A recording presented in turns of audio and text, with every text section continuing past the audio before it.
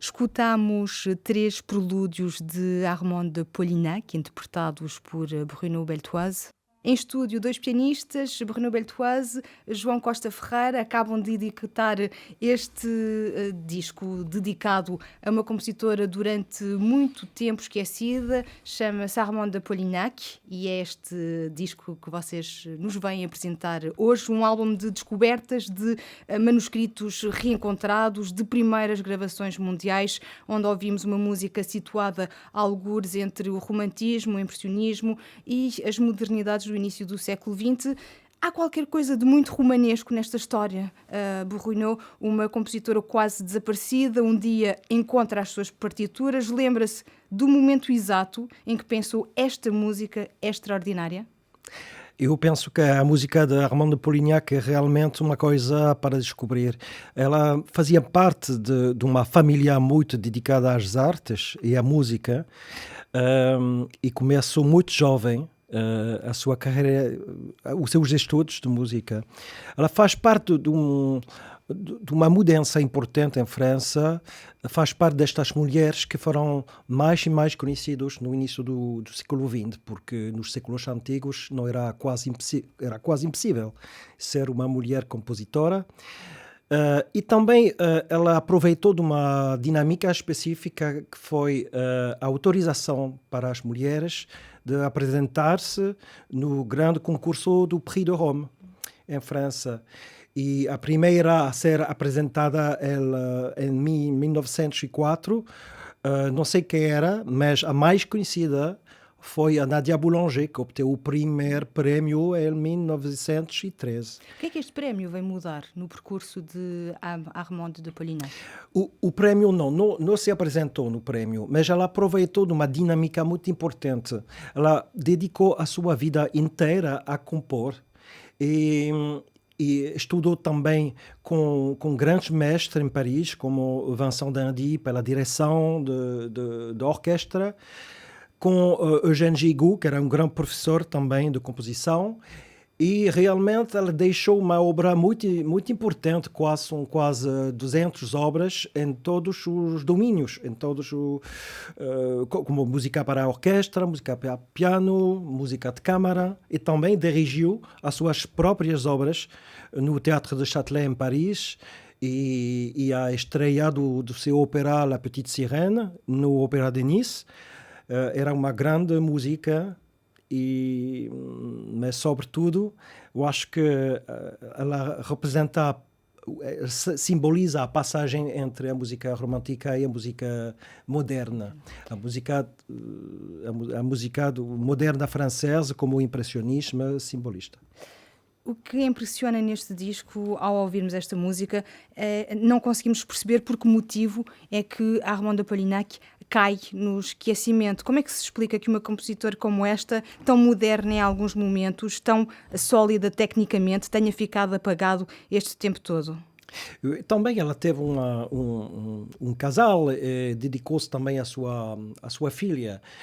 Mas eu penso que as suas obras não foram muito divulgadas, não foram muito editadas. Há algumas que foram editadas, mas são quase manuscritos sobre o qual estudei a sua obra. Penso também faz parte desta dinâmica onde, mesmo apesar de poder fazer participação à programação em Paris de concertos, as mulheres não eram muito distinguidas, não era muito destacada.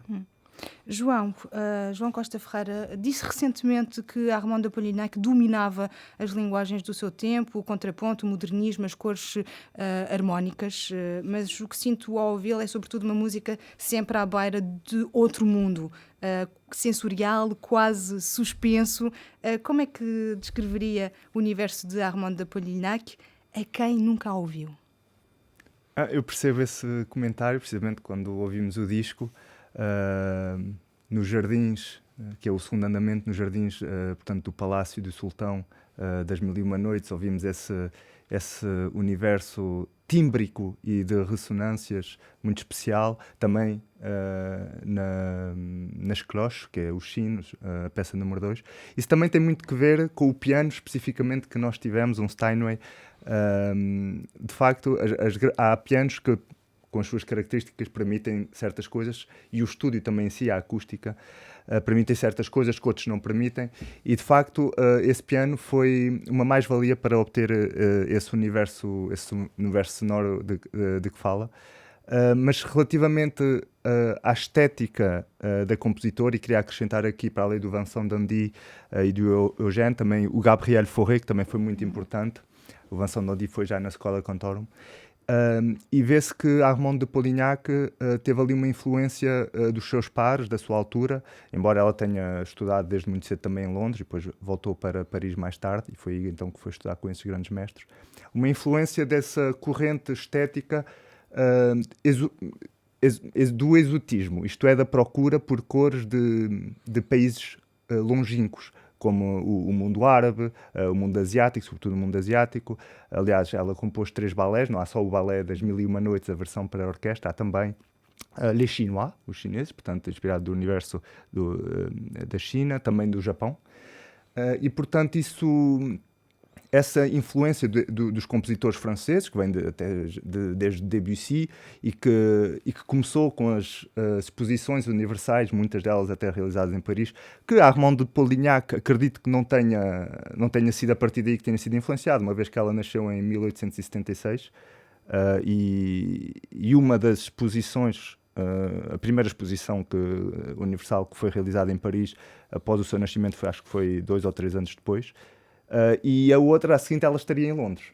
Portanto, é muito provável que não tenha sido a partir das exposições universais que ela tenha tido um contacto direto com essas culturas, mas tenha mais sido através, precisamente, destes mestres. É preciso frisar a exposição célebre de 1900 em Paris, obviamente. Ela já estaria em Paris, portanto, possivelmente essa exposição terá também sido um fator de inspiração. Mas, de facto, isso revela que Armande de Polignac seguia essa corrente estética modernista da procura por essas sonoridades exóticas de países longínquos. Renaud, falando em sonoridades, por momentos, quando ouvimos, pensamos em Fauré, em Debussy, até em certas sonoridades russas, mas nunca como uma imitação. E é isso que podemos talvez destacar nestas obras gravadas por vocês de Polignac. A liberdade que ela tem nasce talvez do facto de compor fora destes grandes círculos de que o João falava, fora das expectativas do meio musical, talvez por ser mulher, como referia. Acha que isso mudou alguma coisa na forma de escrever música de Armande de Polignac? Eu penso que ela, neste início do século XX, as influências eram muitas, porque foi uma possibilidade para os compositores e compositores de viajar na Europa. No fim do século XIX, o Tchaikovsky chegou em Paris. No início do século XX, Gustave Mahler chegou em Paris. E esta mixidade, esta grande convergência? Sim, era importante para fazer crescer a imaginação, desenvolver a imaginação dos compositores. Era tudo aberto no início do século XX. Penso que Armande de Polignac também recebeu esta influência. Não posso dizer qual é exatamente a influência russa, mas penso que há uma forma de mixidade entre o romantismo e o modernismo, acrescentando também a ressonância do piano nas suas composições. E penso também, da maneira francesa, era realmente desenvolver o piano com ressonâncias deste instrumento fabuloso, mas também da parte russa era também muito, muito desenvolvido a escritura para piano. João, há uma frase sua muito bonita, descobrir um som que ninguém ouviu verdadeiramente antes. É muito isso que vocês têm feito no vosso percurso até agora, com José Viana da Mota, com Gabriel Fauré, com Fernando Lopes de Graça, tantos outros. Quando se toca uma obra que nunca ou quase nunca foi gravada, o que é que muda fisicamente, interiormente, para vocês, para um intérprete? Muda alguma coisa? Eu penso que sempre estamos a tentar de encontrar novas músicas. Não sei se estou a responder bem à pergunta, mas tentar de encontrar repertório diferente é importante para nós. Também interpretar o repertório mais conhecido, como o João Costa Ferreira nos seus recitais, também como pianista de música de câmara. Eu gosto de interpretar a música clássica e romântica do repertório. Mas penso que encomendar obras e também descobrir obras novas é uma coisa muito estimulante para nós. Existe, João, mais liberdade ou um maior sentimento de responsabilidade? Quando se toca uma obra que nunca foi tocada ou pouco conhecida? Eu não falaria tanto de liberdade, mas a questão seria mais, será que nos sentimos condicionados por as outras gravações, as outras interpretações? Precisamente isso que eu disse.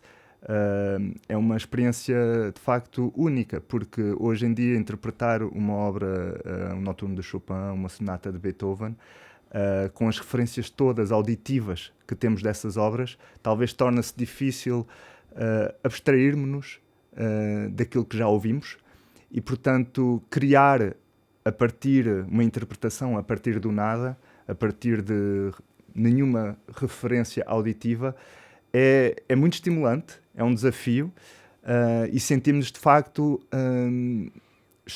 estarmos a descobrir algo pela primeira vez. Propor uma primeira audição, primeira escuta, uma primeira interpretação de algo que nunca foi ouvido, pelo menos nos últimos tempos. Houve obras, obviamente, que terão sido tocadas em concerto na época, mas que, portanto, já há mais de 100 anos que não há registro sequer sonoro disso. E, portanto, esse desafio que nós temos vindo a abraçar, tanto eu como o Bruno, a nível individual como a nível coletivo, porque temos vários discos também lançados, piano a 4 mãos, com muitas descobertas. Este desafio é muito estimulante e, de facto, é completamente diferente do que gravar o grande repertório canónico, o grande repertório clássico, os Mozart, Chopin, Beethoven, Brahms, etc. E neste disco interpretam várias obras a 4 mãos, vamos falar disso. Já o fizeram antes, não é uma novidade. O piano a 4 mãos é uma forma muito particular de conversar. Partilha-se o mesmo instrumento, a mesma respiração, quase o mesmo corpo sonoro. As mãos sobrepõem-se, como vimos aqui. Como é que correu este trabalho? Foi diferente dos precedentes? É preciso, por vezes, desaprender o papel do pianista solista, do ego do pianista solista, quando ele existe? Penso que não. Penso que tocar a 4 mãos no teclado é uma coisa... Eu, pessoalmente, gosto imenso. Não é desaprender, mas é encontrar maneira que não são bem clássica para poder colocar as mãos, para poder destacar uma nota particular.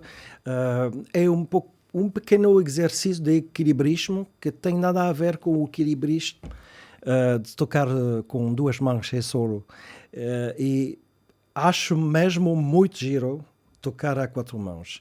Nesta obra não havia qualquer dificuldade na suite de Mille et une nuits, Mil e uma noites, para resolver, porque sempre a escritura apresenta coisas que não são bem previstas. E por isso é muito importante, mesmo muito importante, ensaiar nós dois juntos. Porque não podemos fazer um pianista só, com 2 pessoas, sem ensaiar. Gostaria, não sei se posso falar disso, mas gostaria de dizer que... gostaria de agradecer a pessoa que me fazia conhecer Armand de Polignac. Vamos falar disso já a seguir, que é a minha seguinte questão. Este disco conta também com um momento particular da cultura francesa, o fim do romantismo, o impressionismo, o nascimento da modernidade.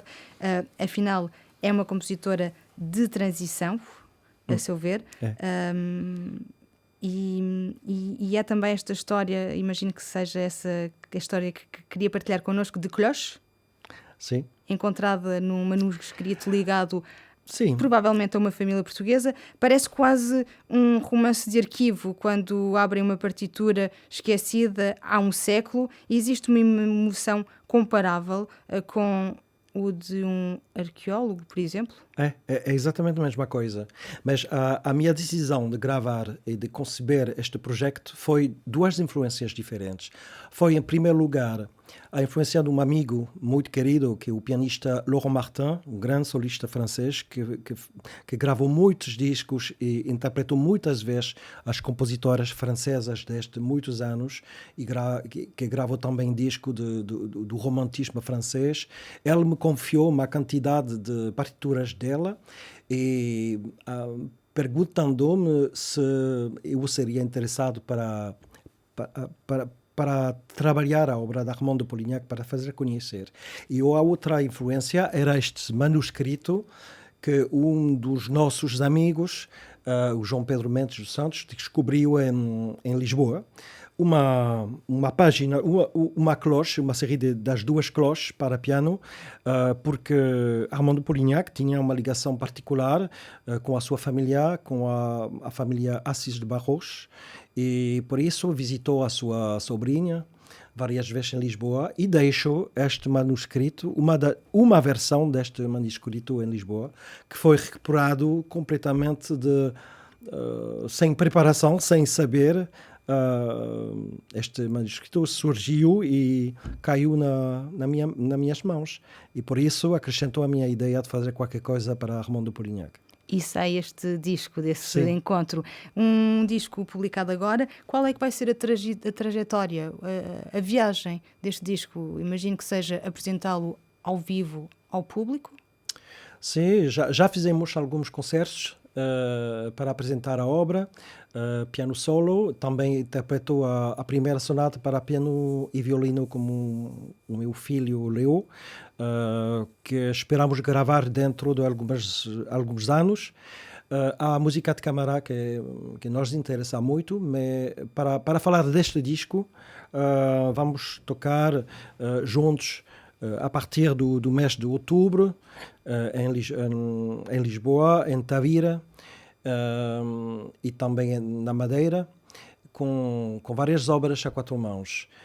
E dentro de poucos dias, no dia 30 de maio, irei interpretar obras para piano solo de Armand de Polignac, numa série de concertos, les Concerts de la Grange, na cidade de Saint-Leu-la-Forêt, no Val d'Oise, que é uma programação particular, uma programação privada, mas muito ativa, e que atira também muito público. E até lá vamos ficar com música, despedirmos. Bruno Beltoise e João Costa Ferreira foram os nossos convidados de hoje, vieram aos nossos estúdios para apresentar o novo álbum Armand de Polignac. Muito obrigada aos dois, e antes de terminarmos vamos voltar à música, porque é talvez aqui na música que muitas coisas se tornam mais claras. Ficamos com Cloche número 2. Obrigado. Obrigado.